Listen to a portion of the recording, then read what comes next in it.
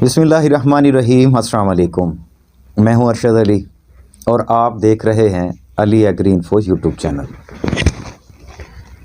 मेरे प्यारे किसान भाइयों, कुछ इलाकों में कोहरा पड़ना शुरू हो गया है, धुंध का सिलसिला भी शुरू हो चुका है। दीगर सब्जियात के साथ साथ हमारी लहसुन के जो फसल है इसके ऊपर भी स्ट्रेस देखने को आ रहे हैं। अब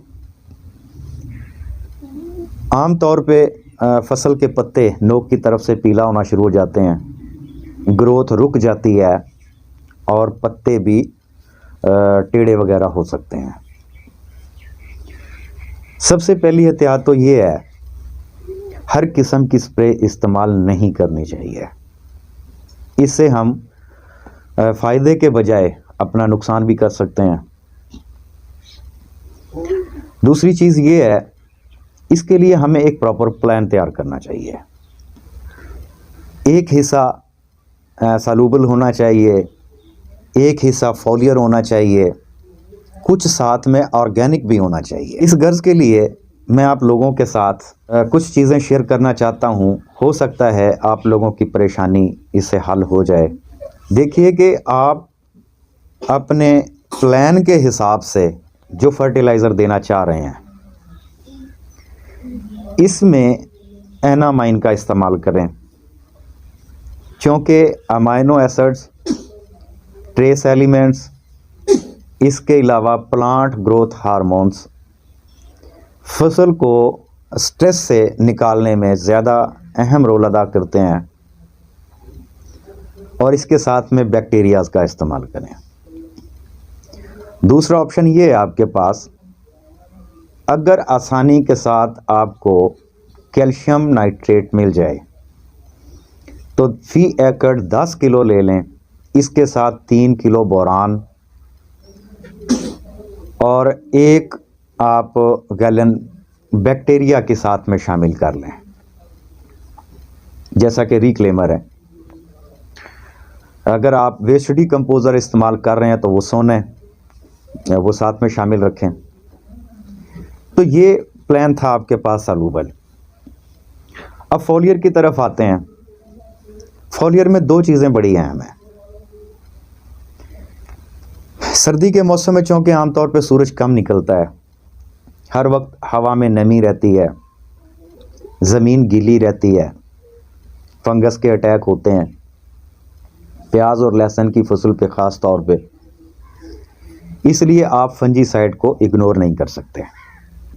इसके साथ साथ आपने amino acids, plant growth hormones का इस्तेमाल भी फॉलियर में रखना है, ताकि आपकी फसल स्ट्रेस में ना रहे।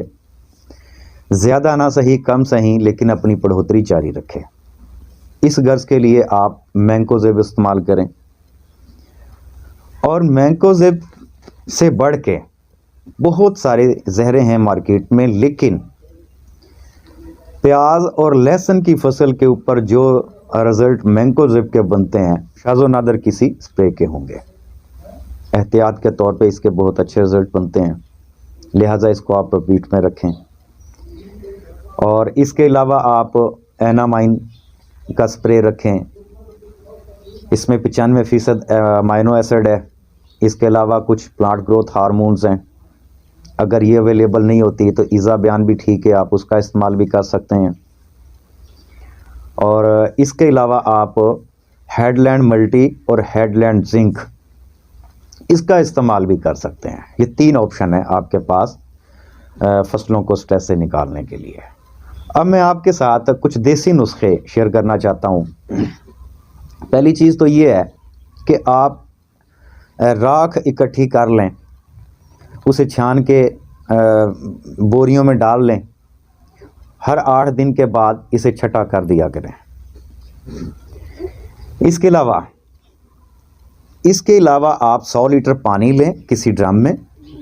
30 पुराने उपले जो गोबर की मदद से जलाने के लिए हम देहातों में आमतौर पर तैयार करते हैं, कोशिश करें वो पुराने हों। 30 उपले 100 लीटर पानी में डबो दें। 2 से 3 दिन के बाद इन उपलों को निकालें और खुश्क करके फिर जलाने के काम में ले आएं।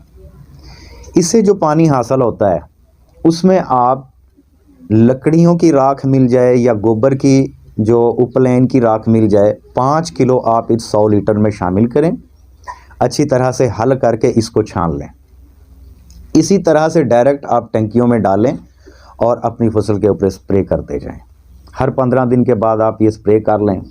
अगर ये मुश्किल लगता है तो फिर खाली राख को छान के रख लें, उसे आप छटा कर दिया करें अपनी फसल के ऊपर हर 10 से 15 दिन के बाद। इस तरह भी आप अपनी फसल को सर्दी और कोहरे के स्ट्रेस से महफूज रख सकते हैं। एक दफ़ा फिर आपको दोहरा रहा हूँ कि आप हार्ड किस्म के स्प्रेस अपनी फसलों के ऊपर ना करें। अगर मैं बेहतर तरीके से अपनी बात को समझा नहीं सका हूँ तो इसके लिए मैं माजरत खा हूँ, लेकिन उम्मीद कर सकता हूँ कि आप मेरी बात को समझ गए हैं। आज की वीडियो में इतना ही। इजाज़त दीजिए। अल्लाह हाफ़िज़।